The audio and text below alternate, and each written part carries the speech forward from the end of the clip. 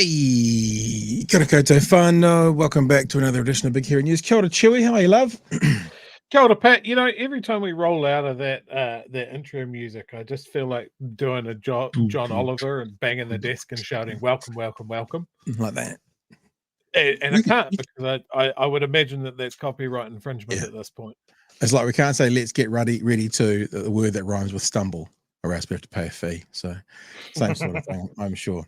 How is everyone? So nice to see you all back. Lovely to be back with you. It's a very, very, very interesting show, guys. I mean, honestly, if I do say so myself, it's a very, very interesting show. Even Chewy's come tonight. And Chewy normally doesn't turn up, but he was like, "This sounds like an interesting show." So I better make sure I'm there. Although one part of Big Hero News does not think it sounds that interesting is that one there, already asleep in the corner of the studio. So lovely buttery croissant. So we've got a bunch of stuff to talk about tonight, actually. In fact, we've got so much to talk about tonight. I've put some stuff over till tomorrow night, and I've already made inroads into looking for a conversation or a like an interview with someone.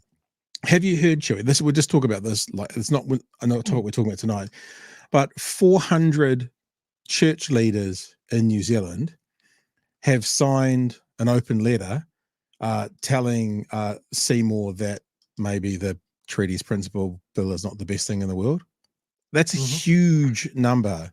And when I say church leaders, I'm pretty sure that's just the kind of Christian denomination church leaders. I'm sure if you've got, Jewish campaigners and perhaps, Muslim campaigners, and it might go up as well. So I've always understood, now I could be wrong, but I've always understood that about 5%, even if the country says, even if this, the census says like 30% of the country is Christian or whatever,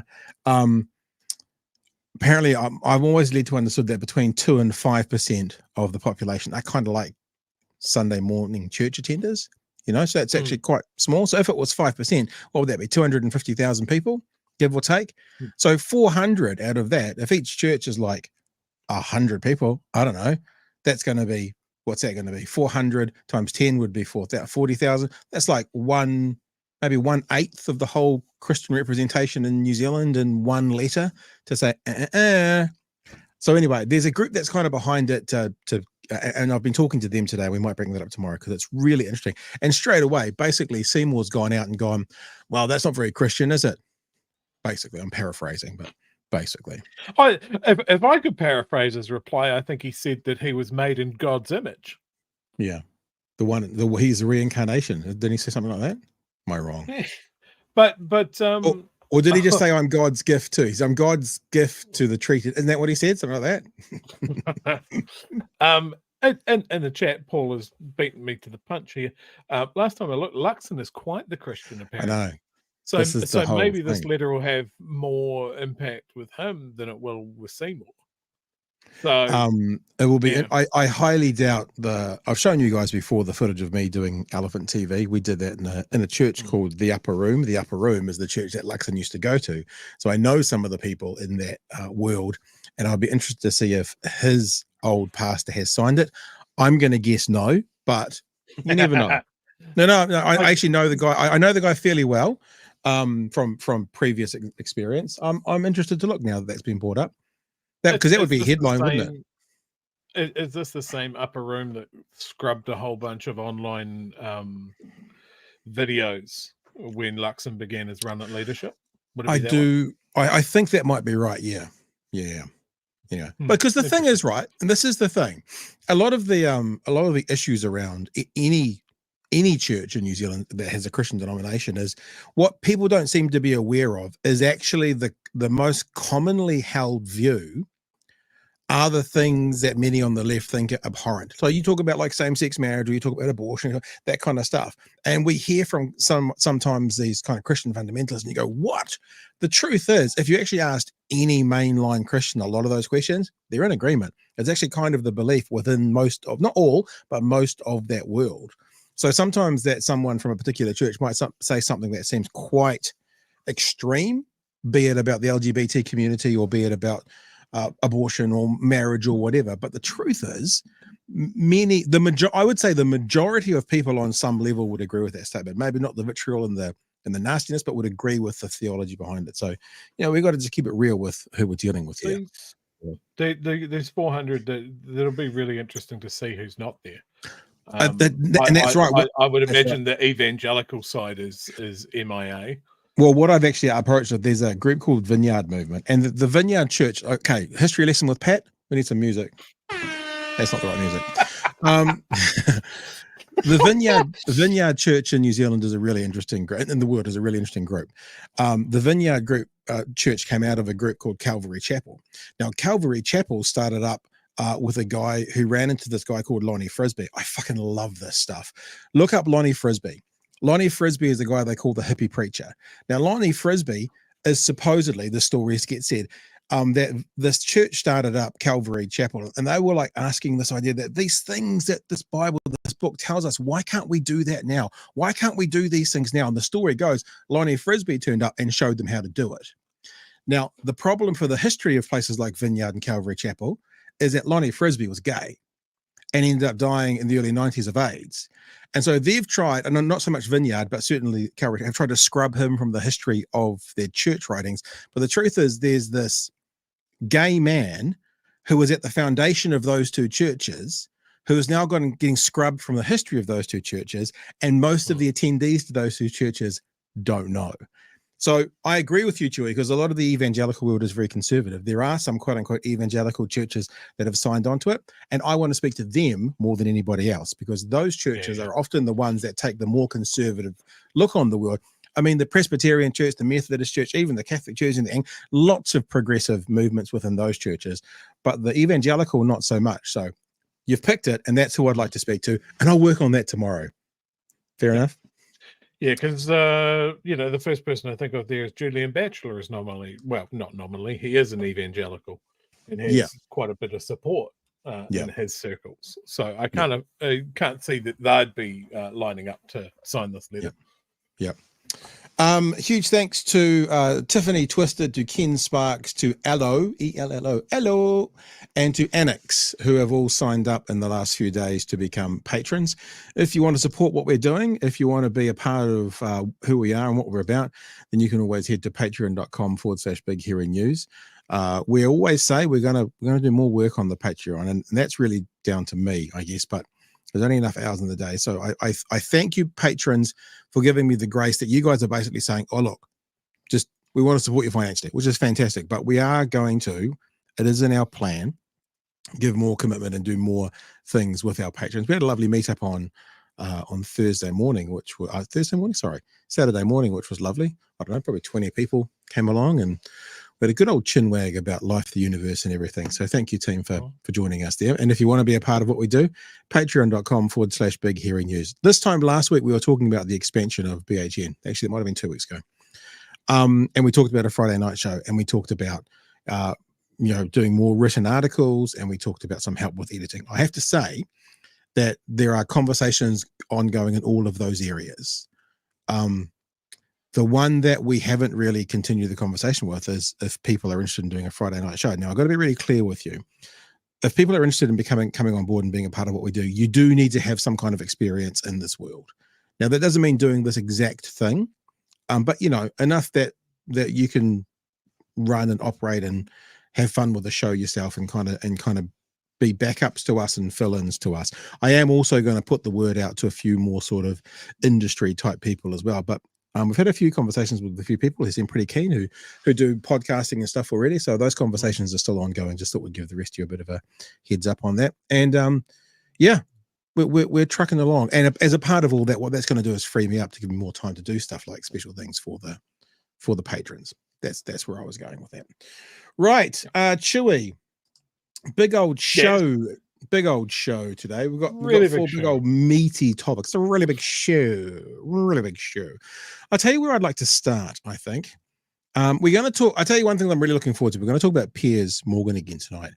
And mostly because the last time we talked about him, we got 100,000 views. So that's really that's not the only reason.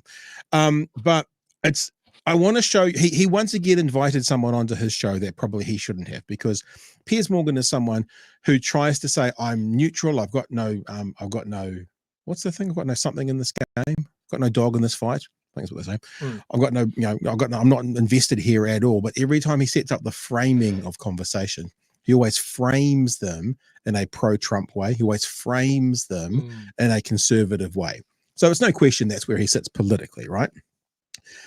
He had on a guest this week who showed him up for the grifter, on my words, that he is. But I also thought, I've been watching him a little bit in the last couple of months, and he is no longer a journalist. And I want to show you what I mean by that, by showing you a part of a conversation with the lady who is said to be the real life version of the stalker out of Reindeer Games. Because he interviewed her, he had her on and talked to her, but he did no journalism with her. And it's only a couple of, a minute here and a minute there, but I'll show you what I mean as we go through. Also, we're going to talk tonight about how if we go to renewables and dump fossil fuels, Chewy, you'll love this, by 2040, it will save New Zealand $95 billion. So actually the economic plan now is getting rid of fossil fuels is actually the best economic sense at the moment. We're going to have a look at Chippy on Q&A talking about tax, and also we might start with a story that's actually technically from last night, but I thought it's really important to share with old mate Nicole McKee, former gun lobbyist, because I'm not using the word corruption, but anytime that we talk about these conversations and we talk about former lobbyists who are now MPs and seem to have a particularly strong vested interest in the area they used to lobby, maybe a better, safer word to use would be conflict of interest, Chewy. But what's also happening at the moment is things are happening behind closed doors that we don't know about. Things are happening in the gun world, in the firearms world, that are happening behind closed doors, that if the opposition was doing anything like this, these guys who are in would be screaming undemocratic. They'd be screaming, these guys know best. They'd be screaming nanny state. And as is always the case, when they normally yell out an accusation at someone else, it's an admission to what they do themselves. Always. So this is from last night, but I also want to show you a clip just to make it really clear as to who Nicole McKee is and where her priorities are. Turned Government Minister Nicole McKee has made urgent changes to New Zealand law to benefit gun clubs. Documents obtained by One News show she convinced the government to update the arms regulations through a backdoor process earlier this year, avoiding public consultation. Thomas Mead with his exclusive story. This week, Nicole McKee came to the place where a gunman once killed 51 people, ready to brief survivors on her plans to overhaul. And also, they do say this in the story, but notice about the attire she's wearing to go into a mosque. That's exactly what I was going to point out. Yeah, she makes it very clear at the end that she ain't going to be wearing none of those headdresses. You get me, and I'm just me, So, no, is Kay surprised? No, not entirely. Called gun law as protesters stood somber outside. The government does not care about even the safety of the people who are here today. But documents obtained by One News show she spent a lot more time listening to gun owners. Ms. McKee is Associate Justice Minister responsible for firearm control and a former gun lobbyist. We've obtained talking points showing she's kept those close ties, repeatedly meeting with the gun lobby and gun clubs in an official capacity and attending an AGM for the Council of Licensed Firearm Owners, telling lobbyists the visit felt like a homecoming. After criticising the previous government for what she calls rushed lawmaking, Ms. McKee's already used her power to help change the law for gun clubs. Do you think this is hypocrisy? No, I don't think it's hypocrisy at all, because we're doing it. I mean, it's only hypocrisy when the other guys do it, but when we do it, sweet bix, bro. The bigger changes that we plan on making will be going through a select committee process. Documents show she put... So the bigger changes, but the small changes are okay. So small changes undemocratically are okay. Big changes undemocratically not okay.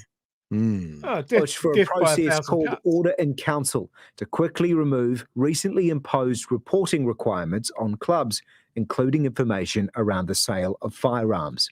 Officials at the Ministry of Justice warning the change relied on evidence from one group of stakeholders and was being done so quickly they couldn't run public consultation or even test the implications, meaning it could compromise public safety. But the minister disagrees.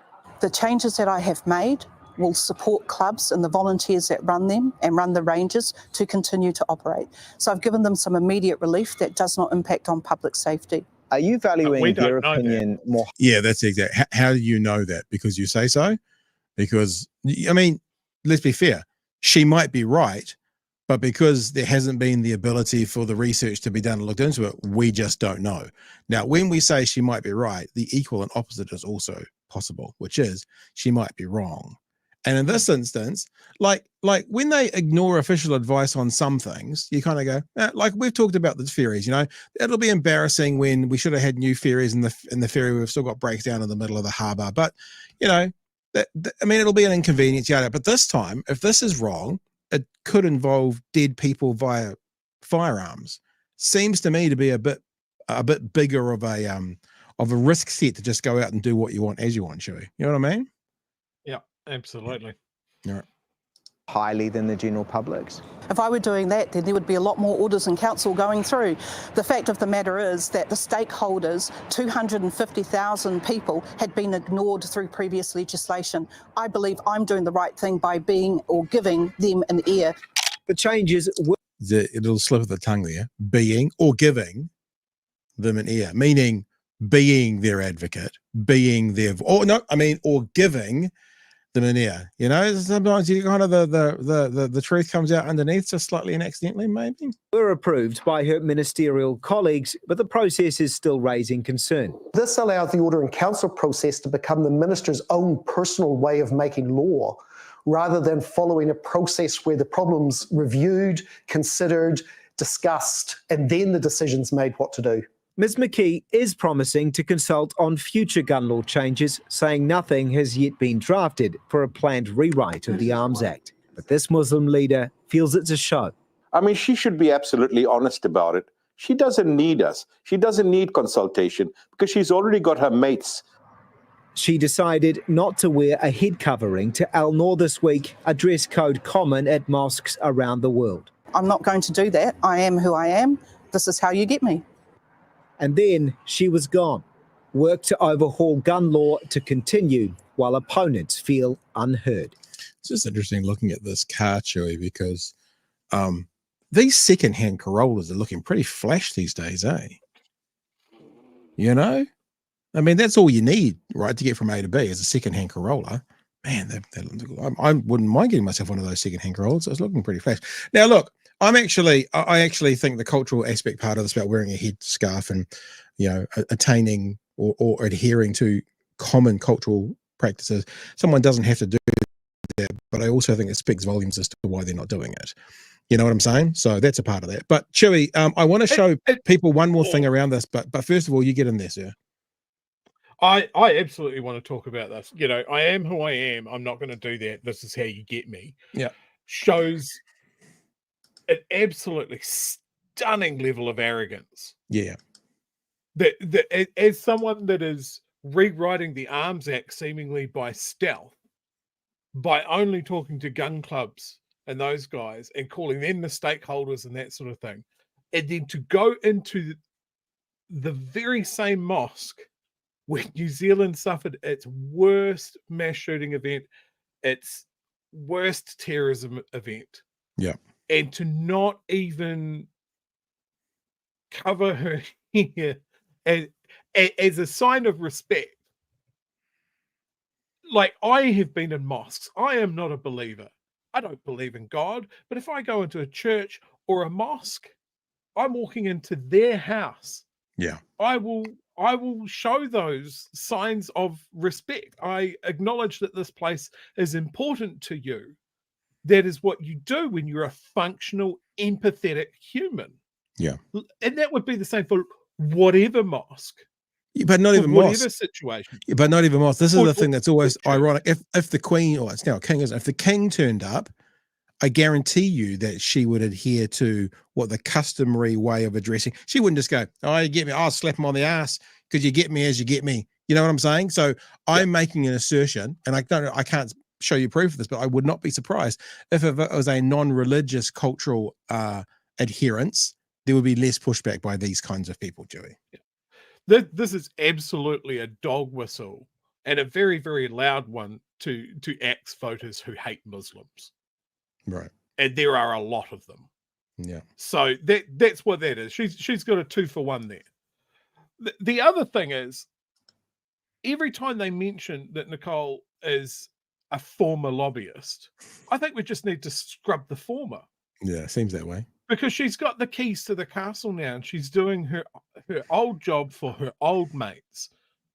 And she's absolutely going against all advice, sneaking shit in the back door.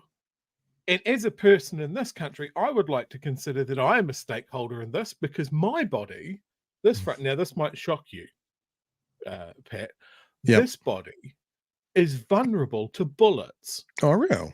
So I would like to say that I am a stakeholder. But apparently not.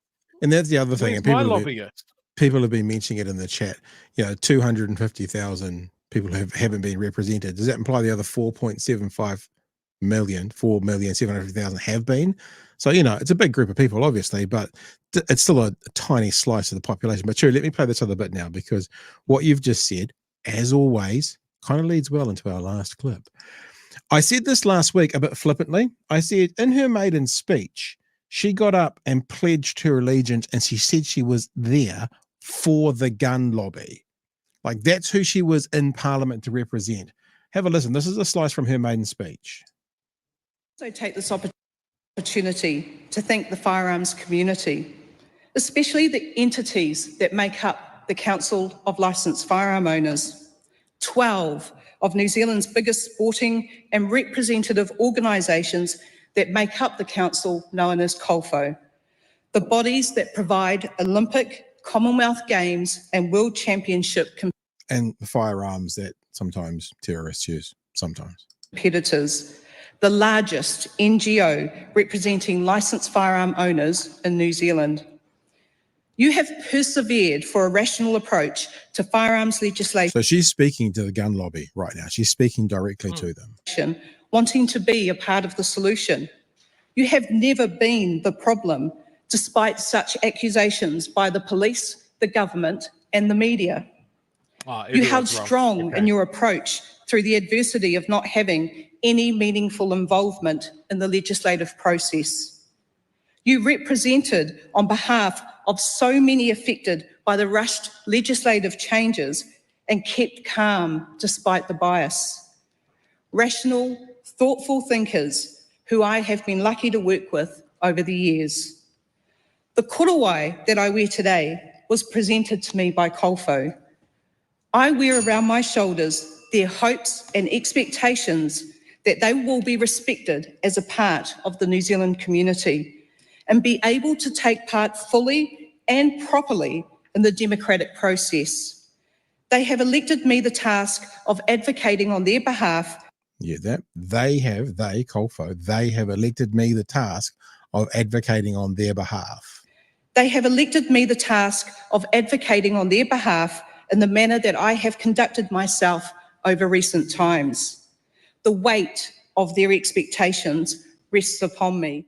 The weight of the expectations of COLFO rests on her shoulders. Now, didn't quite get the full thing there. I put it out today. Just by chance on my Twitter feed. I want to finish off what she said straight after that. Right? Remember, she's currently speaking to the gun community, and they finished here. The weight of their expectations rest upon me. She goes on to say, but their respect and support also embraces me. Tied around my shoulders in a shroud, 2 feathers from this korowai fell to this chair when I wore it on the day of swearing my oath of allegiance in this house. I keep those feathers in my cabinet as a constant reminder of the oath I have taken and the community I have sworn to represent. The community I have sworn to represent. Nicole McKee is there. Her words for the gun community.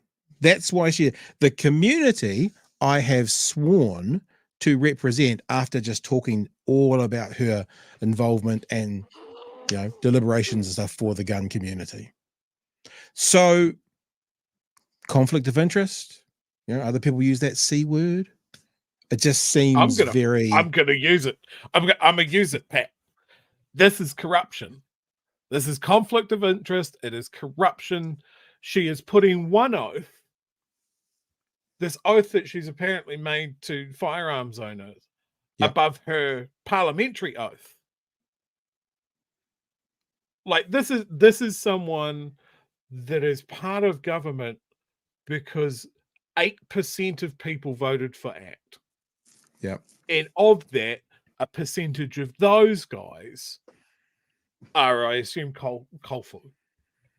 So really, she is there rewriting the laws around firearms for this entire country. A best opportunity to prevent another Christchurch shooting, or shooting like in Christchurch, or another mass shooting, terrorism-related event. She holds in her hands the best opportunity to stop the flow of weapons to gangs. And that clearly isn't her focus. Yeah. 100%. I mean, I'm just going to remind you one more time. Remember, she's talking about the korowai. Funny, people in the chat are saying, "Oh, she's okay wearing that cultural attire, the korowai that she's wearing, etc., etc." And she's talking to the gun community, and then she said, "They have elected me the task of advocating on their behalf." There being the gun community, mentioning specifically Kolfo by name. The weight of their expectations rests upon me.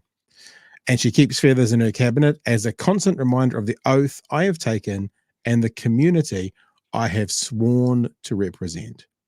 I mean, I know we always go, imagine if one of the other, like a Greenie MP got up and just talked about, the electric car community. That's all they're going to represent. What would they be saying? It's just, I'm dumbfounded. Look, there is clearly and obviously a place in New Zealand society for firearms. I don't think anybody is arguing for a full disarming of the entire country. We're a nation of farmers and hunters and all sorts of stuff. Shotguns and rifles, go hard. If you want to be a competitive shooter, awesome. If you want to be a pistol shooter and you can meet those very high requirements, have at it. We're one of the most heavily armed countries per person, per capita in the world. I think we're up there with Canada for very similar reasons. Let's just refocus here that there are two things that this rewriting of the Arms Act should accomplish, right? The outright banning of military-style semi-automatic weapons, just in the bluntest language possible. We've spoken about this before. She will use NRA talking points like we'll start debating high-capacity magazines or the shape of buttstocks or parts and that sort of thing. No, if it's fed with a big magazine and it's semi-automatic, we don't need it. You're a shit hunter if you have to use one of those. And there's already a carve-out for licensed pest control. The guys that go and shoot herds of feral goats and that sort of stuff. They're allowed to have those under very strict requirements, as is correct. And then the other part of something is something that her colleagues in ACT and her colleagues in the right will bang on about, and that is the flow of arms to gangs. And she stands against one of the best tools that we have for that, which is the firearms register. I do not trust this woman. She is not there for the benefit of all New Zealanders. She is there for a very select few who are putting the lives of their fellow countrymen against their hobby. And they're like, my hobby is more important. And that's the price that we have to pay is 52 people in a place of worship every now and then. I'm happy with that as long as I get to keep my hobby. That is fucking rough. Yeah. All right, we're going to get to some of the live chats, and then we're going to move on. Kiwi Bird has found a way around our copyright. Let's get ready to stumble. Pretty good one there. I like that. Dave Monster says, Nicole McKee is corrupt, puppet, bought, and paid for. Thanks for the super chat. Gold says, I'll say it, hiding meetings, vested interests, former lobbyist, corrupt AF. Serious challenger for worst human. Could Seymour lose his title? Says Gold. Tafari says Nicole should be like the other gun nut, and leave. Lurchify says, let's remember that orders to council were signed off by cabinet. Collective responsibility is also collective guilt. Yep, that's the same as the treaty referendum. We've been making sure everyone's aware this is a government. This is not act. This is a government legislation going forward, a government reading. Gold says CB reminded us that Seymour is targeting the treaty. His title is secure. He really is the worst human. Fair enough. Right. I'm sure he's glad to hear that he's number one. He's number one. Campbell, thank you for your super chat. Very generous. Nicole McKee, I like guns. I know guns. I don't care about anyone else. Correct me if I'm wrong, but isn't that the same criteria that Brenton T falls into in our when his darkest day came? Not sure. I don't think we're going to compare her to Brenton Tarrant, but look, the point is, and I said before, that could be a place they get their guns from, meaning the gun, the gun clubs and stuff. It's not where he got his guns from, but because of the laws that allowed that to happen, that these places are supporting, is where people can get those kinds of guns, is what I'm saying, just for clarification there. The Christchurch shooter got his weapons through a variety of failures in our system, because we started reviewing them after Ara Moana, and the gun lobby got their hooks into it, and it all became too hard. So they put it off. They fiddled around the edges, and then we had the Christchurch shooting. And I still to this day will not say that man's name. Fuck him. Yeah. The last time I want to see that guy's name, it'll be a headline, and it'll be followed by the words "has died in prison." That's it.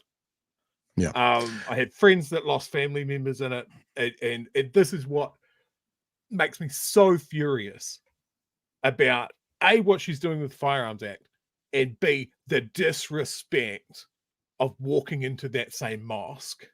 If I had been one of the leaders at that mosque, they would have taken that meeting in the fucking car park.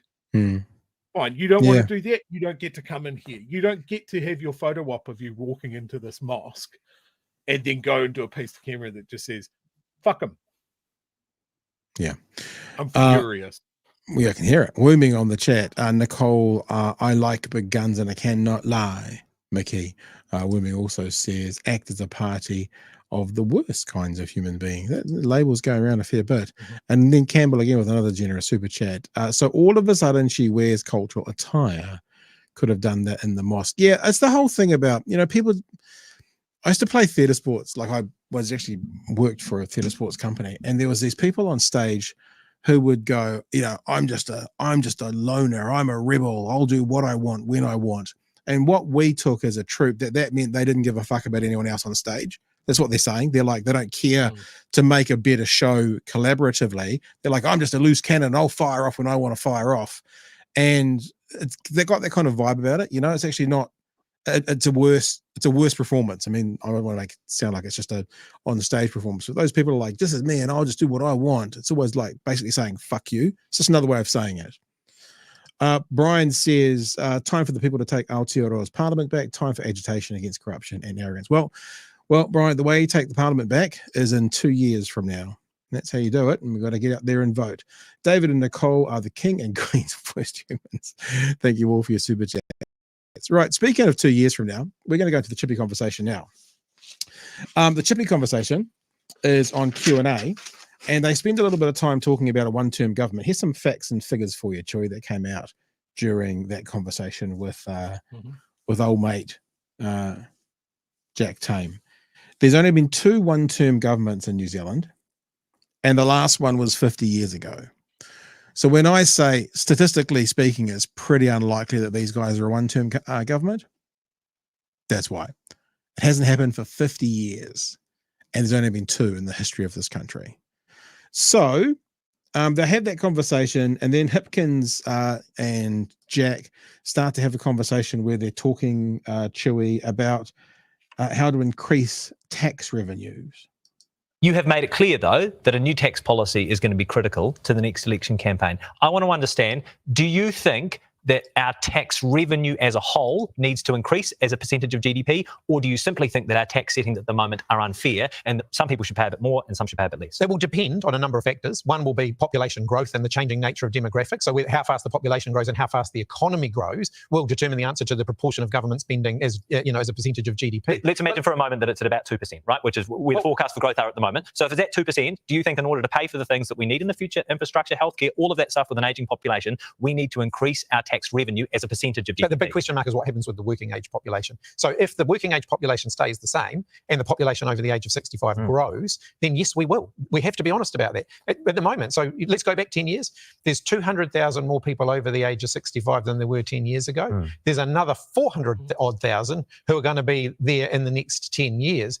That means our population over the age of 65 will have gone from 14% to 21%. You can't say to people over the age of 65 that they can have everything that we gave to people when there were 14% of them, when there's 21%, and not increase government spending. The numbers just simply won't add up. Right, and in order to increase government spending... This is what we've said for quite a long time, the conversation around retirement age, and the answer, the point being, we cannot keep the retirement age where it is right now, funding it as we do right now. So we either need to put the retirement age up and continue to fund it as we're funding it right now, or we need to change the way we're funding it and leave it where it is. You can't keep funding the same and leave it the same. That option's already off the table, and I guess this is truly what they're kind of talking about here. Spending, we'll get to debt in a moment and borrowing money, but we need to increase tax revenue as a percentage of GDP, as well as changing tax settings so that people who are earning wages, paying PAYE, aren't necessarily paying as much as a percent of their wages, and we get tax revenue from other sources. If we don't broaden New Zealand's tax base, the burden of all of that is going to fall on salary and wage earners and on GST, which is where the government gets most of its revenue at the moment. We're unique around the world in that regard. So if you look at other countries, they will have other forms of revenue. Now, we're not the only ones having this debate either. Nicola Willis is talking about new revenue measures. They're talking about a form of capital gains tax when it comes to funding their roads. They call it value capture. It's actually a form of capital gains tax. But I mean, in order to be caught by a value capture tax, you actually have to be someone who has a house or a business near those new roads, right? So it's not a comprehensive capital gains tax. No, but it does mean that they're having this debate as well. Yeah. They're also talking about how do you actually get more revenue for the government to do what it needs to do. The roads that they announced this week, there's billions of dollars that they're going to have to figure out how they pay for. They've put out billions of dollars worth of roads. Yeah. They don't know how they're going to pay for them yet. Now, that's either going to have to be increased user charges, because even if you, or some other form of tax. We're here to talk about your policies, and we will, of course, have plenty of questions regarding those transport plans for the new government. There you go. So Chippy started to get into election mode. Look, I think the one thing that they're not doing well enough right now, and we're about to go into a part of the conversation, Chippy, where they talk about capital gains tax, is I still feel like they're kind of going, well, we're working out our stuff now. It's like, you guys need to be in election mode now. If you want to see this as a first-term government, you should be going, yep, capital gains tax is on the way. We're going to do it. We haven't figured out all the details yet, whether we take it off family homes, whether we put it on family homes, but it's on the way. This sort of still middle grounding, they want to change the narrative around what they think about tax versus what National does without actually saying it now. It's almost a bit pointless. You know, anything to say from that first part of the conversation? Yeah, a couple of things. It's nice to see an adult discussion about the fact that things need to change. Yeah, for sure. Like it's an acknowledgement that our demographics are changing and nothing is being done about it. And I'm glad to see that it is not a conversation of, yeah, maybe we need to put the retirement age up, because that affects a segment of our population that always gets shat on. Yeah. I think that as much as National are going to beat Labour around the head with talking about tax, whatever Labour do, National are going to beat them around the head for talking about tax. So just fucking talk about tax. Be the adults in the room and point out the fact that if you want roads, if you want infrastructure, you want hospitals, you want teachers and nurses and police to be paid better, it comes from tax. We all know this. And then point out to the fact that Bob, that might have a construction company with a few employees, is not going to get taxed out the arse. We're not after you. We're after the guys that are sitting on mountains of hoarded gold that aren't contributing as they can. The next part of the conversation touches on that because it does delve into wealth tax, and I think he used the phrase wealth flight. But what we're saying here is don't let National set the narrative around this. No. Because Labor, if you don't come out, Greens, if you don't come out, actually, we don't worry about the Greens because they do come out. So it's really Labor. Labor, if you don't come out with a decisive position on these things, then National, like they did with Three Waters, like they did with 15-year-olds and their results at school, will set the narrative, they'll blame you, and then you'll be behind the 8 ball for the rest of the cycle. Now, you need to come out and set the narrative and say, yep, we are definitely going to have some kind of capital gains tax, or yep, we are definitely going to have some kind of, or say the opposite. I mean, I would certainly lean towards saying that you were, but the decisiveness. So then when National goes, oh, we know what they're planning capital gains tax, and it's your family batch, and it's not going to be, you don't have to go, well, we haven't made a decision yet. You've put something in the ground, you put a stake in the ground, and you've said it, you've been decisive, and you are setting the narrative.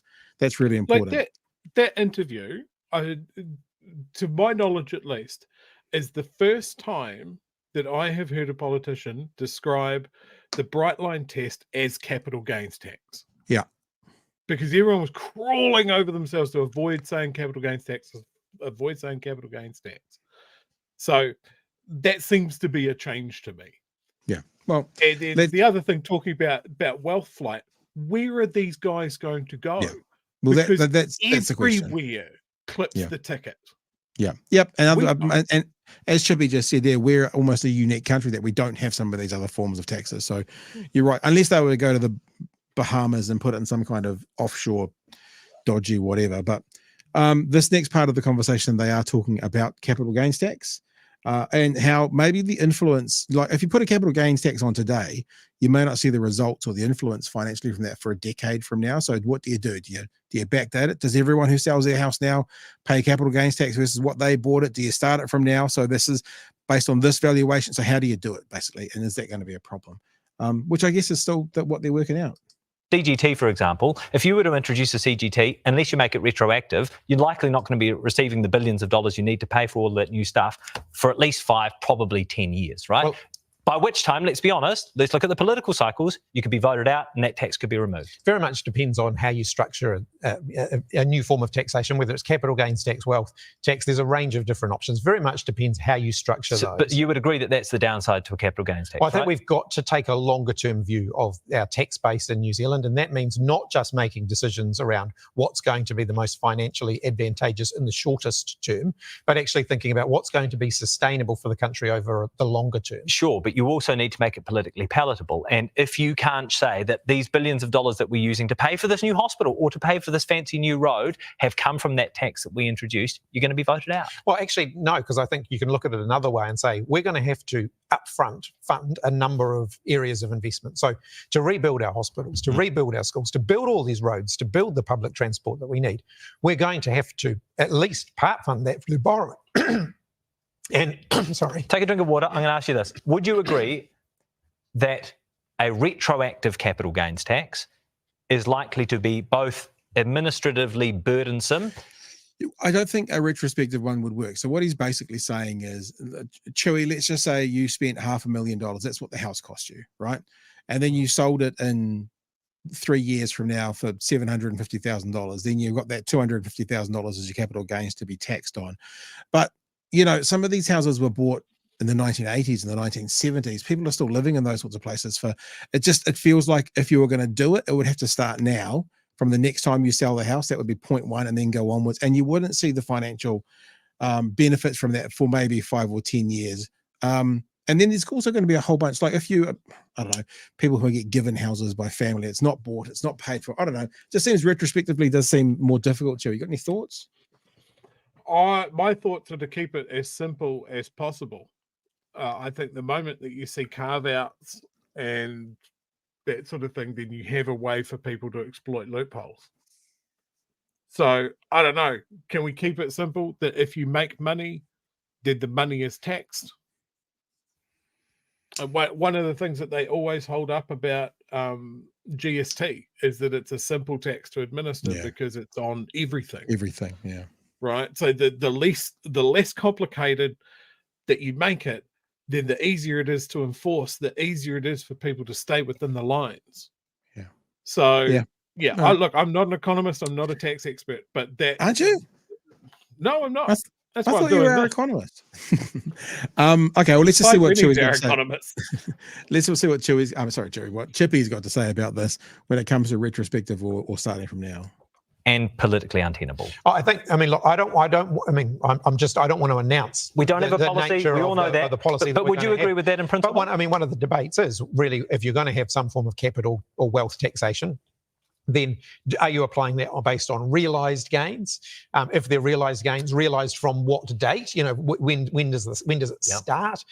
So those are all the things that we will be working through to answer as we design up the proposal that we put before the country. But I'm just talking about the capital gains tax, and I agree that the unrealised versus realised gains is an important part of any policy development.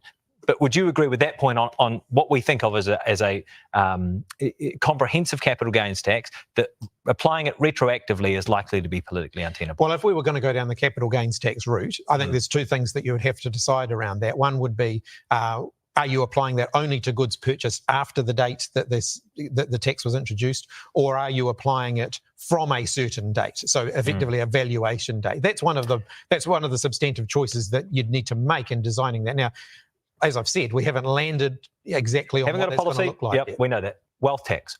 What is the downside to a wealth tax? Well, one of the challenges of New Zealand's one of the only countries in the world doing it, then you run the risk of wealth flight. So people will... But we wouldn't be one of the only countries in the world doing it. That's the point. I'm interested as to why Labor still seems to be quite nervous about the idea of wealth tax. He's basically said, but if we're the only ones doing it, they take their money elsewhere. But we're not the only ones doing it. Lots of countries do it. Literally take their money and put it somewhere where they're not going to pay a wealth tax. Whereas a capital gains tax is more, is slightly cleaner in that regard. There's also issues around it, again, valuation. So how you would value and how you would, make sure that was robust. But again, there are answers to these questions, and we're working through what choices we're going to make in terms of what we put before the electorate. There you go, Joey. Thoughts, sir? Wealth flight. New Zealand named among world's top safe haven for millionaires. Because we don't have it.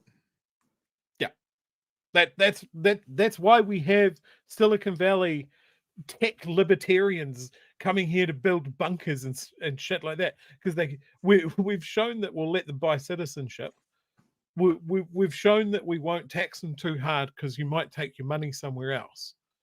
Like when they're talking about this wealth flight, we are talking about people that are hoarding their money. They're not investing it in productive New Zealand industries. They're not moving the needle for our economy. They're just sitting on their money. Yeah. Or maybe they're buying up property, because property always goes up. But it's not productive. It's all fake. It's all false. And if someone wants to, like if the Mowbrays want to pack up their paper money and fuck off somewhere else, that place will tax the shit out of them. Well, because all of these countries have realized that that's how they've got lots of money. They've got more money than anybody else. We're going to take some more, comparatively more than someone that doesn't make a lot of money. And we're talking literal millionaires. And the biggest thing that works for this, whenever they talk about tax, is parties like National and ACT will turn to people that are doing okay, just okay, and say, Labor's coming for your hard-earned money. And they're not. They're coming for their boss's boss's boss. They're coming for his money. you know, and if they take more, that they're still shopping in a supermarket we're not even allowed to see. They're living in mansions that we're not allowed to go near. They are driving cars that we might be able to see in the street but will never sit in. Those guys are doing fine. And today's stuff, there was who was it? Was it Main Freight? There was a millionaire from Main Freight that goes, well, actually, yes, I think we should be taxed a lot more. And he's worth just over $1 billion or something like that. Because he knows it's not going to change his. It's not going to change his lifestyle. Does he want to invest in a young startup? Like, I mean, have you got his name? Does he want to buy a couple of ferries? Look, and this is in that story, and I'm just looking for the story. I can't find it on stuff. One of the things that his mates that he hobnobs with, and they have lovely get-togethers, I'm sure, is that they're concerned that a government will squander their money, as if that makes them different from any other taxpayer in this country. Yeah. But I would say that my concerns that a government might squander the money, like by paying a Korean shipbuilding company a whole bunch of money for doing nothing, for paying a lot of my taxpayers money for scrapping projects and giving this country nothing in exchange, for downgrading the hospital that serves my area. Those are my concerns, because that's a hospital that I will have to use. That's a ferry that I might have to use. These guys, they don't have to worry about that. They're not going to a public hospital. You know, it's just like my concerns about my tax dollars being squandered comparatively should have more weight than Johnny Millionaire in his mansion that can just go fly off to a private fucking island. You know, that's when you get concerned about your money being squandered, when you struggle to make your rates payments. Yes, I agree. Kooky has a late fee. Thank you for the super chat. Peter, thank you for the super chat. Until 2020, a single party MMP government was unprecedented. Just because something is rare doesn't mean it's not going to happen. I agree, Peter, but that's why I just play the statistical chances. Statistically, I think when you mention statistically it's unlikely, right? That's not to say it's too hard, don't try. No, absolutely not. We need to try really, really hard. We need to convince as many people as possible. I play poker, right? Love playing poker, and I watch a lot of poker on YouTube primarily. And when you're watching it on TV, they have the odds that come up beside the hand, right? It says, "Oh, the aces versus kings. Kings have only got a 30% chance of winning." That hand wins 1 in 3 times. Just because statistically speaking, aces is going to beat kings, 1 in 3 times kings will beat aces. So statistically doesn't mean it's not going to happen. It means if you lined 100 elections up against the wall, there would be more where there wouldn't be a one-term government and less where there would be. But they're still there. There's just less of them. Mr. Arvids says, if they are a one-term government, I hope to God they are. This is on Luxon for his spineless ability to act, but mostly taking a need to see more. I think that's a fair analysis. Love to take a need to see more. Stop it. Tafiti says that's the problem with Labour. They don't have to worry about being on the street if Nats win. We do. They don't feel the urgency or fear.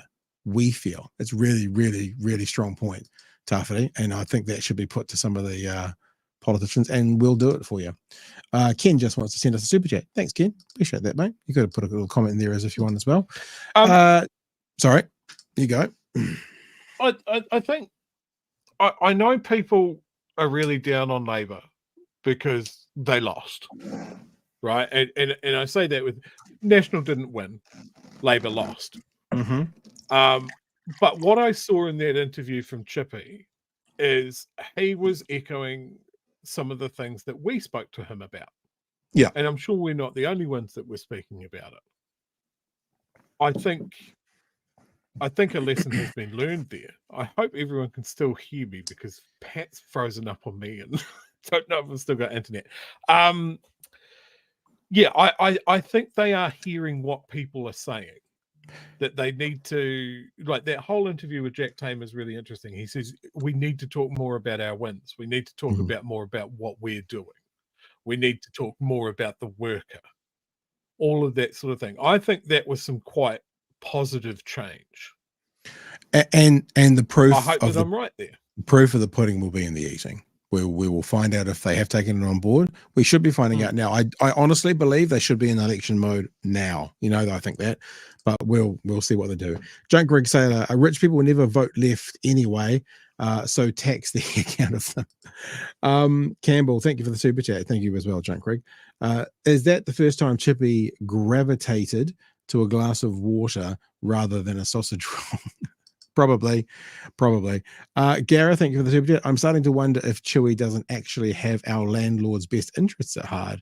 Where the hell is his humanity? Yeah, Chewy, be a bit harsh on these landlords. What have they ever done to you?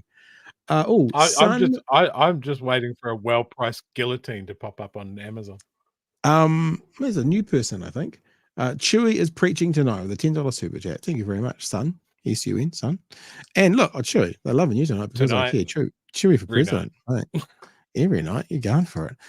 All right. Thanks, guys. We appreciate those chats and super chats. We're going to move into the next part of the conversation now. Chewy will join us when he can. I want to show you a conversation that Piers Morgan had with two guests at the end of last week. The first guest is a guy called Corey Lewandowski. Now, I'm not going to show you too much of Corey Lewandowski. I'm just going to show you a very short clip. It's less than 60 seconds. Corey Lewandowski is in my honest hell belief, in my opinion, a scumbag Trump sycophant who lied. I think he pushed someone in a what's it called? Like a convention last year, and that's when the Trump people let him go. Could be wrong there, but not a very nice man. But Trump's pulled him back in again to work with him. And I'm really just playing you this to show you something so that in the next clip, you can see as to why Piers Morgan brought the wrong people on today. So he's talking to Corey Lewandowski. The particular part I want you to hear about this is why Trump and Kamala Harris have never met. Right? This is what we're looking at. This debate.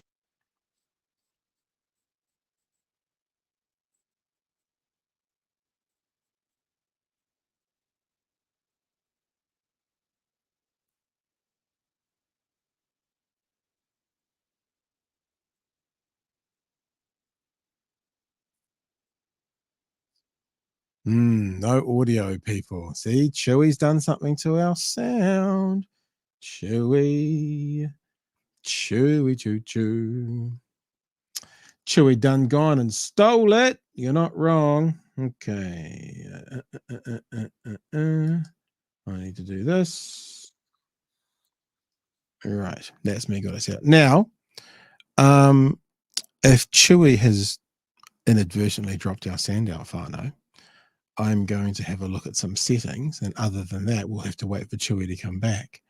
And when Chewy comes back, SY microphone, that's right. SY speaker, that's right. So my end is all correct. What I'll do is I'll play some other audio, some just lovely chill music in the background, and you can tell me, guys, if it comes on or not. Oh man, I think we need to get Chewy's audio sorted out. So I'm playing some music. Yeah. There is music behind me right now. Tell me if you can hear it as I go to some of these. Gark says a rich man has as much chance of going to heaven as Luxon has of passing through the arse of a camel, I believe. So there is music playing behind me right now. Here comes Chewy again. People are saying very quiet, no music. Oh, that's because the music actually went down. Chewy's going to come back in a second and we can all yell at him together. Free Soul says there's been 50 licensed firearms owners charged with supplying guns to gangs. It was on RNZ last week. Chewy, we lost our sound when you disappeared. So we're just having a bit of a test while we're doing this. Oh, okay. Maybe it was a StreamYard issue then. Maybe. If you are describing a Māori feather cloak, then its correct name is kahu huru. A Māori cloak made of kiwi feathers is a kahu kiwi. Conversely, a Māori cloak made from muka, flax fiber, and decorated with huka tassels is called a korowai. Right. Can people hear our music? Tell us now. Because You can hear it, Chewy?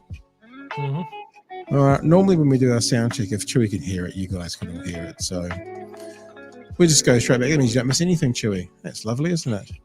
And yeah, people are saying, yep. So we'll just turn that off. The advantage of crashing the whole thing. Corey Lewandowski, the only part of the conversation I'm going to play with him is where he's talking about why Kamala Harris and Donald Trump have never met. It's just a setup for the next part. This debate is going to be massive, as the last one was. The last one was historically consequential. Joe Biden pulled out after it because he was so useless in that debate. And it was like, even the setting of that, we talk about how he frames it, you know, to say that Joe Biden was useless. It's just an interesting terminology to use about a, you know, president. I understand colloquialism might be accurate, but the framing of something with these people, it's always set up. Like I wouldn't imagine he'd ever use the word useless about Donald Trump. He was so useless and he wouldn't say that, but he said it about Biden. Now, I kind of agree he was pretty useless, but coming from someone who's hosting it, that's where you see the framing. Embarrassing to watch. How's Donald Trump going to play it against Kamala Harris? They've never debated before. It seems to me that since Biden quit, Trump has slightly struggled to work out the best way to attack Kamala Harris. Well, for 90 minutes, it's him and her. Has he worked out the correct strategy, do you think? Well, Pierce, what's amazing is that these two individuals have never met. That goes to show you just how ineffective she was as a They've never actually met. Look, I think the only time they've ever been in the same room is when she attended the State of the Union speeches that he delivered when he was the president. That goes to show how ineffective she's been as a U.S. senator. No interaction in bipartisan negotiations on a number of major issues, including providing the largest tax cut in American history. She was nowhere to be found. So that's all I'm going to play from that, because then coming up after him is a guy called Tim Miller. Tim Miller is an interesting cat because he's a former Republican who left the party over Trump. I guess he's still probably conservative, but he runs a podcast called The Bulwark. And this is a bit like with Brian Tyler Cohen the other day. He has asked the wrong person on.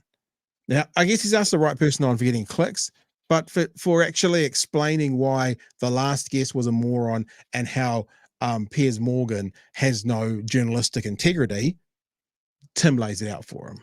You were listening to that. What did you make of it? Piers, I got to tell you, that was one of the most absurd interviews I've ever had to watch in my life. And I just can't even believe that I had to sit through it. I just took a couple notes here. Donald Trump was tough standing up to Xi Jinping. Really? He totally folded to Xi Jinping during COVID, did nothing to try to push back on him at all. Donald Trump really behind the scenes cares about what the right things to do are, that he's a listener, that he listens to people. This is just ridiculous. We all know him, that his biggest flaw is that he's a perfectionist. I mean, do you read his bleats? He doesn't even spell things correctly. But the most interesting watching the smirk on Piers Morgan's face, you wonder if he goes, this will be getting picked up. This will get me good coverage. I'm wondering, and this is one of the things about Piers Morgan. He's no longer a journalist, right? This is shock jock stuff, and I'll give you evidence of him no longer being a journalist next. Most important thing I want to pick on is that little exchange you had about, oh, it's so surprising they've never met. Do you know why Trump and Kamala Harris have never met, Pierce? Have you thought about it for a second? Do you know why they really haven't met? Like, as a journalist, did you feel like going one layer down? If you're a journalist, did you investigate? Tell me. Because he was a toddler and he threw a temper tantrum after he lost a fair election.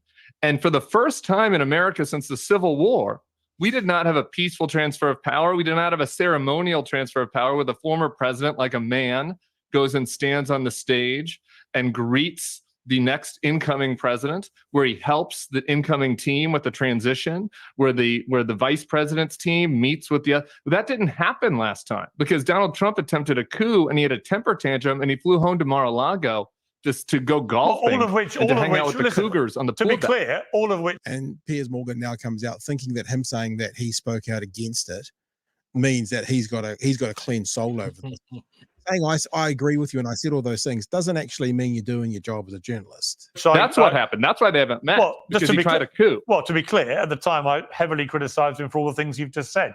But that doesn't explain why. Okay, sure. But Corey Lewandowski comes on your show and he's like, oh, Donald Trump and Kamala haven't met. Well, hang on. Oh, my goodness. No, wow, that's so interesting. They haven't met. And then Corey's over there saying it's because Kamala was ineffective as a senator. No, it's because Donald Trump was supposed to be a deal maker, didn't meet with any of the Democratic senators. He said he was going to be the art of the deal man, but he didn't try to actually do any deals. All he did was insult people on Twitter. And then after he lost to Kamala Harris fair and square and Joe Biden, he didn't have the dignity to have a transfer of power for the first time in American history. I've just said I agree. Shameful. I've just It's said embarrassing. He's an embarrassment. I've just said I agree with you. So let's park that to one side. Well, but you didn't say it to Corey. You didn't challenge Corey. It was a very chummy interview. I know you want to get Trump on the show. But it was very you won't even let him off the road. Ask him be chummy too. So there you go. So another syndicated moment where we say he's asked the wrong people on. True. I'm just going to keep going because this next bit's actually really short. I just want to give you guys evidence. Right now, I'm just going to show you the imagery. Have you watched this, Chewy? This is the Martha Fiona, the real woman. Look at the set. Look at the setup. Look at his wearing. How many dozens of staff he'd have for doing this, right? Like there'd be dozens of people working on the show. This is no longer a show that has journalistic endeavors. I'm going to show you a question from this interview that he does. So for you guys who have seen Baby Reindeer, this is the woman who they say is the real stalker, right? And she gets on his show, and I'm going to show you one question. They're talking about drinks, and did you get any free drinks in real life? And this is what they say. It says in the show that you proceeded to return to the same pub time and again, but you never paid for a drink. I don't drink alcohol. And did you pay for anything that you had? Lemonade or soft drinks. Would he give you free drinks? Or? No, absolutely not. This is sort of a depiction of me as a pauper who wouldn't stand around or stand a drink. It's nonsense. So, very quick question, yeah? Just showing that little comment. Now, what I want to do is take you to a know-nothing, no-funded, no-anything internet dude, right? He did his due diligence and he went and investigated the claims. Piers Morgan has a team behind him and they didn't do enough research to find out what this internet sleuth found out in minutes, right? So she's just said, I didn't pay for any drinks. You'd think if you were setting up this interview, which was a world exclusive, which was one of the most important interviews, you'd do a bit of research. You'd track down some stuff that this woman said on her social medias. Piers Morgan did none of that. Internet sleuths, check this out. As well. It's nonsense. It's nonsense. Is it nonsense, though? Let's check out some of your Facebook posts and put it to the test. Now I understand why they say never accept a free lunch. In my case, free tea. Moving to London. Biggest regret of my life. Please consider if thinking coming here. I was in Richard Gadd company at the Arms, which he often gave me free drink. Gadd stayed at a pub. He only worked at 1 or 2 days a week, paid cash in hand. He says he was stalked so bad his life was ruined. But he never left the pub and he constantly gave me free drinks. Okay, so there's her first lie exposed. So, internet sleuth, no budget, no nothing, bit of time to look up her socials, found the answer that Piers Morgan on his show with dozens of people working on it, probably multiple researchers, wouldn't do. It couldn't be clearer that Piers Morgan's show is no longer a journalistic show, right? It's a bit like Plunkett. There is no longer journalism happening in that show. There is shock jock, there is talkback, there is interviews, there is no journalism going on. And I've just shown you an example in real time with those two guests, Corey Lewandowski and Tim Miller, and then shown you the evidence that they do no work, the most basic research they don't do when they've got a big interview coming up. And that's what I wanted to show people. Chewy, welcome to jump in. Your thoughts? Maybe there's a mole in Piers Morgan's team who is saying that he's doing the research and he's just not doing the research, or he's just pulling guests that are just going to put Piers on the ropes and not let him off.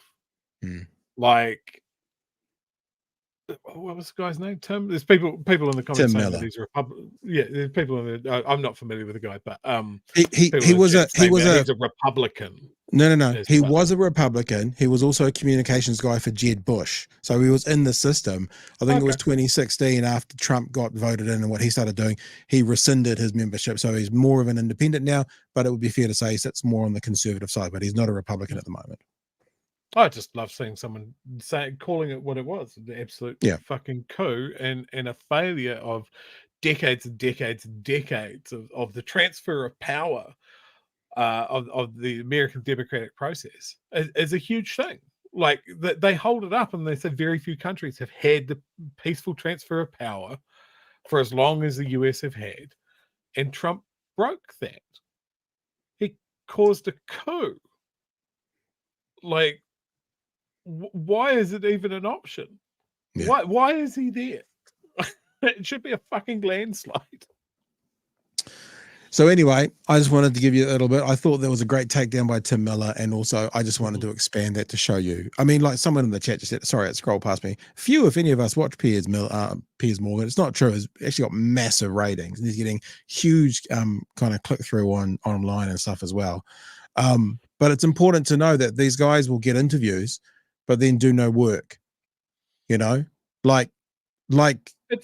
you've got Baby Reindeer coming on, a world exclusive, and no one thinks, let's go through socials and let's set up this. I mean, Jack Tame, right? Jack Tame, to his credit, he'll ask the question, do you agree that? And then he'll go, well, the answer is a little bit of research. That's all it takes, and none is there. You want to say something else, Drew? We're going to move on to our last story. Yeah, I just love people that like Piers. He wants to say things and then just get away with it, basically. And I think it's great that a guest came on, and you saw this around Gaza as well. Yep. People going on and going, no, you said this.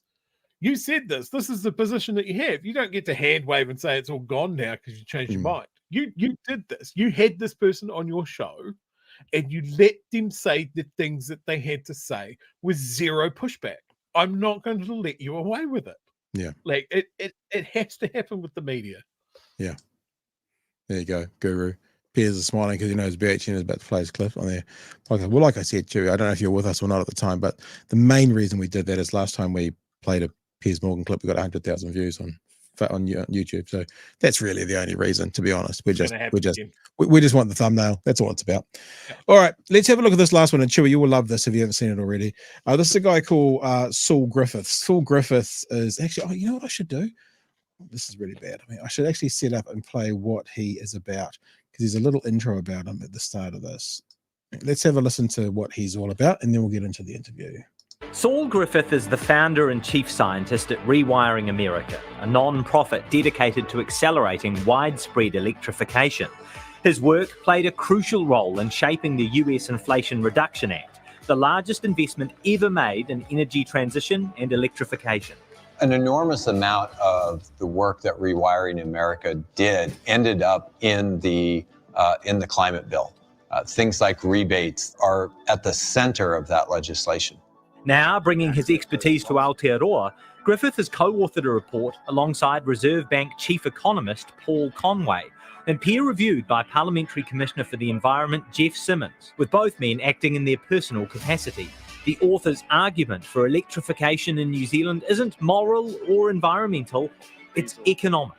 Electrification, they say, will save us money.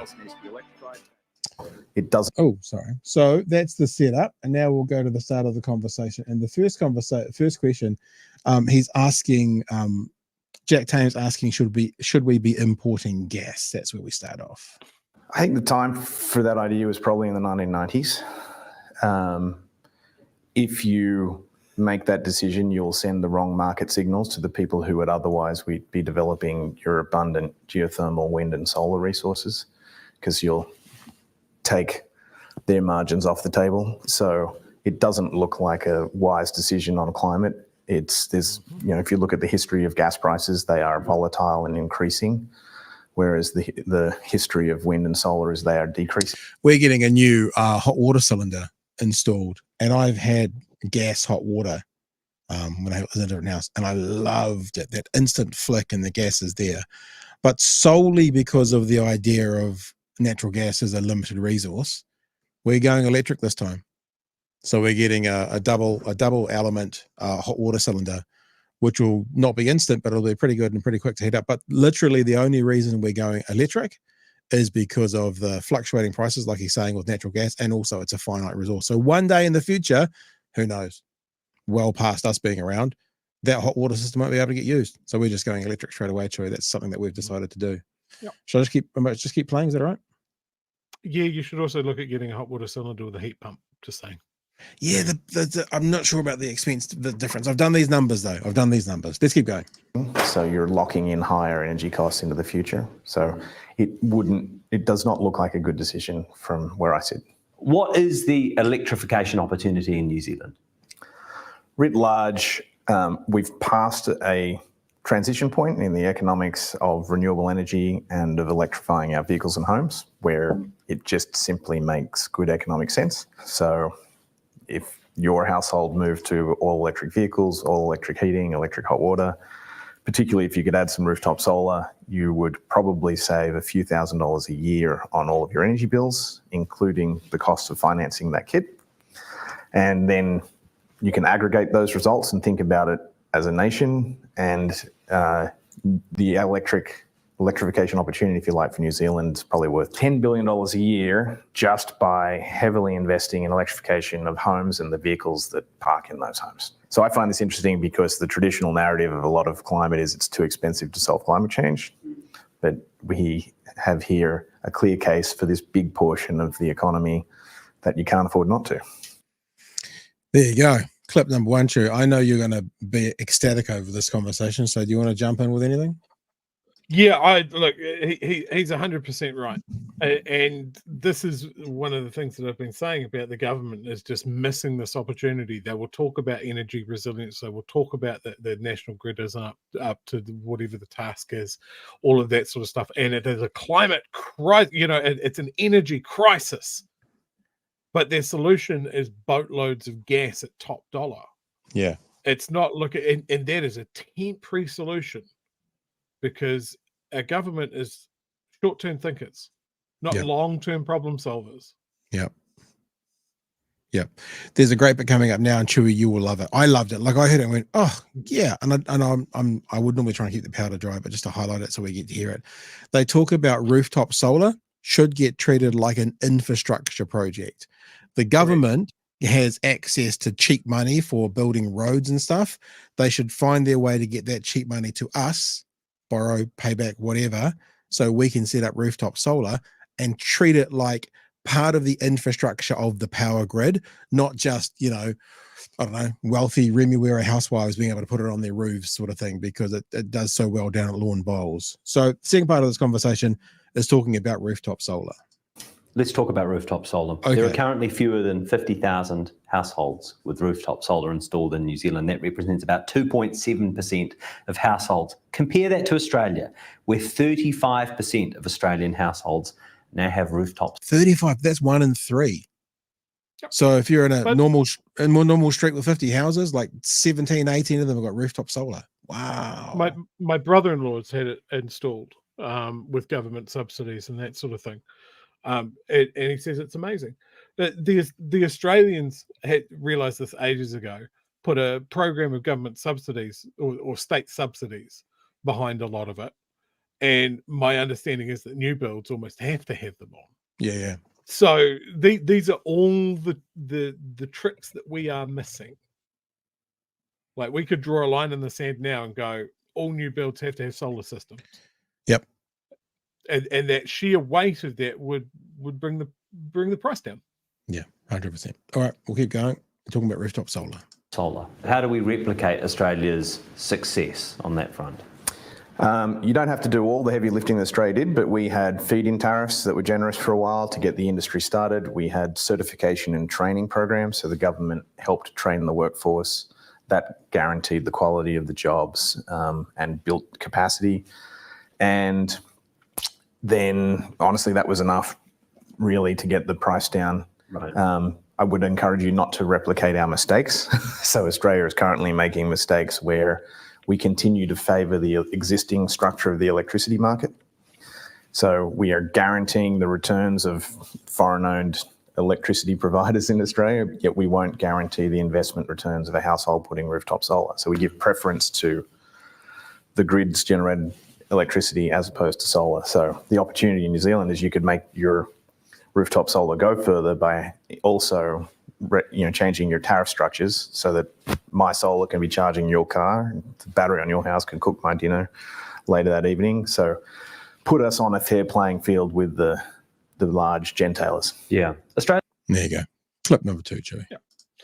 I mean, there's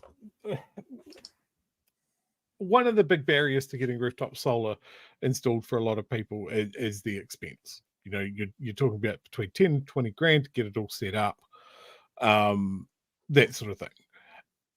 If the generators are worried about it, why don't they fund it? Yeah. Why don't they go, hey, look, we're going to install infrastructure on your house, and it's got to be tied into the grid. So we're generating off every house in the neighborhood and in the community in the country. You know, that's for the benefit of everyone.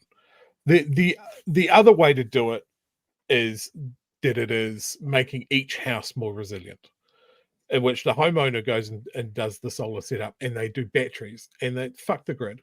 This is my power. I made it. It's staying in my house. That sort of thing. Those are two ways that it could go. But yeah, the gap in generation in this country could be solved with micro generation. They talk about that a bit. We're not going to play the bit, but they talk about fossil fuel versus finance. In other words, you pay for your power up front. You pay for the 20 grand or whatever to get up front, and then you don't pay for power for the next 10 years sort of thing. But the other thing that I thought, Chewy, is when we were talking more about EVs and looking around about EVs and that kind of stuff, EVs had a premium on them above the price of their combustion engine counterpart. I think literally today, as we're looking at it today, it's not the case anymore because no one's buying them. So the price of EVs has come right down. You can buy a Fiat 500e, I think it is, brand new little Fiat. It's a town car, 350k range for about 32 grand.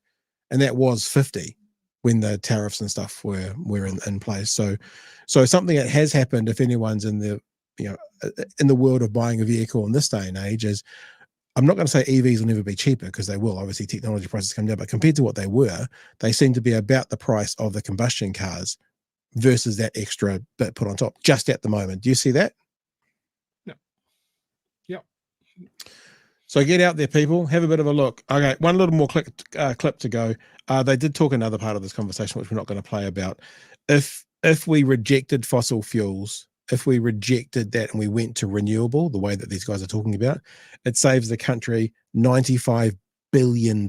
Saves the country, everyone individually, $95 billion by 2040. And what's our actual, how much does this country earn in total? Like 250 billion? Is that what our total is? Something like that?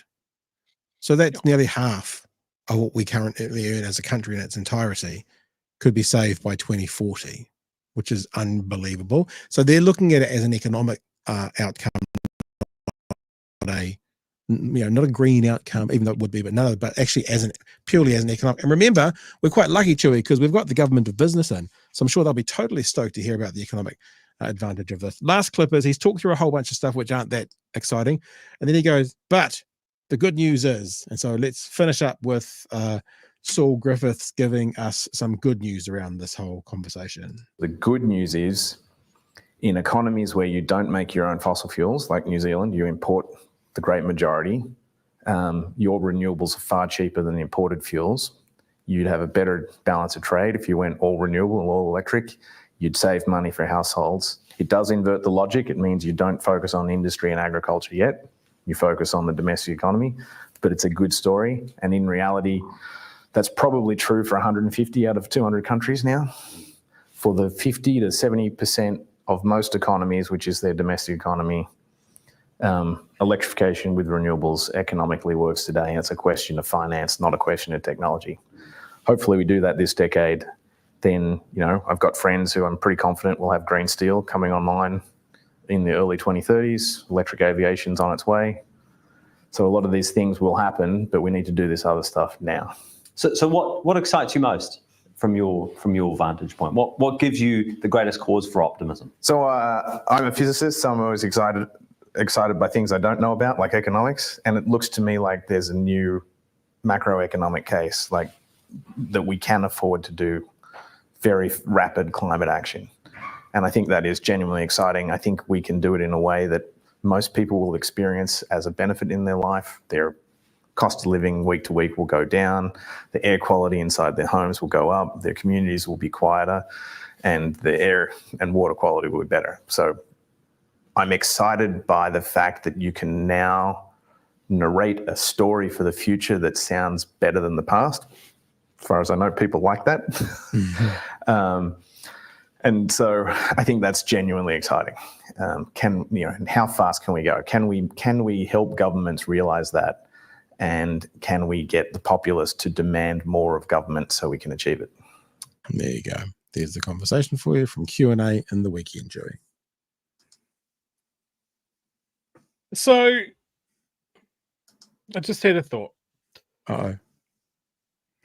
Where is it? So the construction of the Clyde Dam cost this country $2.8 billion.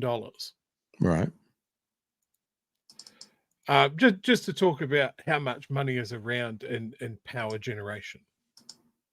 So, what's your choice? Pour $3 billion into funding citizens getting solar and battery setups in their house to make power generation more resilient in this country? Yep. Or do we have a massive dam built somewhere on a river that we haven't dammed yet? The Lake, what was it? Lake Oslo, the pumped hydro project that was canned because it was too expensive. It's huge amounts of money that go into these massive infrastructure projects. And I think you're right. Turning around and going home microgeneration, rooftop solar, feeding into the grid is a national infrastructure project. Yeah. There are a lot of people doing it now. Like the banks actually led the way with going, hey, look, we'll offer 1% or 0% loans for electric cars, solar, double glazing. They're doing the work that the government should be doing. Mm. But there's so many benefits here. There's the economic benefits, there's the environmental benefits, there's the climate change benefits, there's the disaster resilience benefits, there's the national grid benefits. It's just show me a negative. Because I can show you a negative of boatloads of natural gas that we've bought off another country crossing the sea to get here.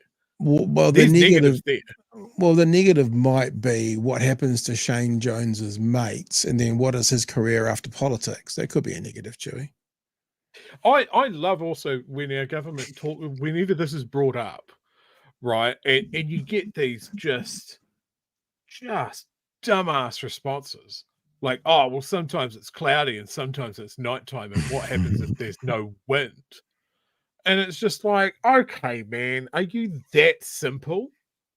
Like, that's your whole thing. Sometimes it's cloudy, and sometimes the sun is not up because it's nighttime. What now, woke tards? Like, it's about spreading our risk.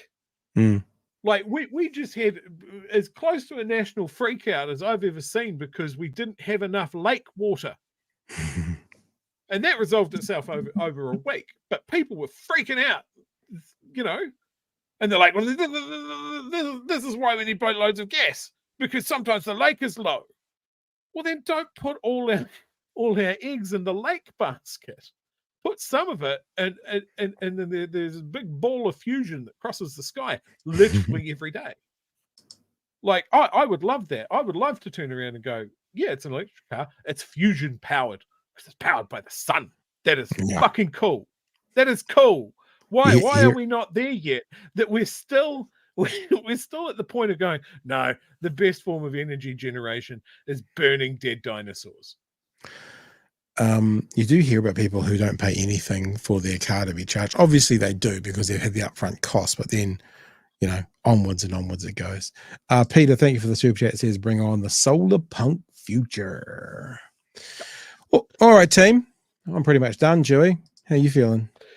Well, obviously I can talk for hours, but you just sent me a barrage of private messages going, shut the fuck up. So I'm gonna do that because you're a wee bit tie-tie. Thanks for being with us tonight, team. It's been a blast.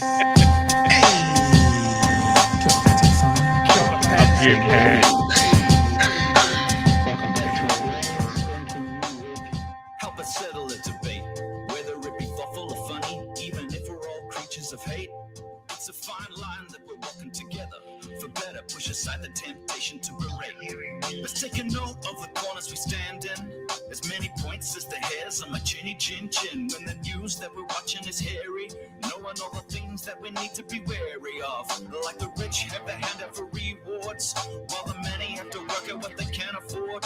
And the rest of us ain't paying attention, or maybe have questions we're too worried to mention. Other media is still dwelling on trivial facts, vetting peas from the rice and the mice from the rats, and picking and choosing a war puff to run, linking ourselves with the hill to die on. It's gotta come down to a welcoming vibe, with an A and a self and a higher in mind. All heavily, either this way or that, and will be analyzed by both Chewy and Pat. With the evil in the world trying to mess with your head, and you're sitting on the couch, you're thinking chivalry's dead. Each night, 2 nights, they're gonna sing you to bed. It's Big Hairy News. It is Big Hairy News, and we're done for another night, team. Thanks so much for being with us. Good night tonight. We will check in tomorrow night on those churches signing on a letter to say to the government, no, you didn't, girlfriend, when it comes to the Treaty Principles Bill. And other than that, be safe, everyone. Lovely to see you back here tomorrow night at 9 p.m, Chewy. It's a hooroo from me, sir. It's also a hooroo from me. All right, team. Catch you tomorrow night. Stay safe. Ciao. Cheers, man.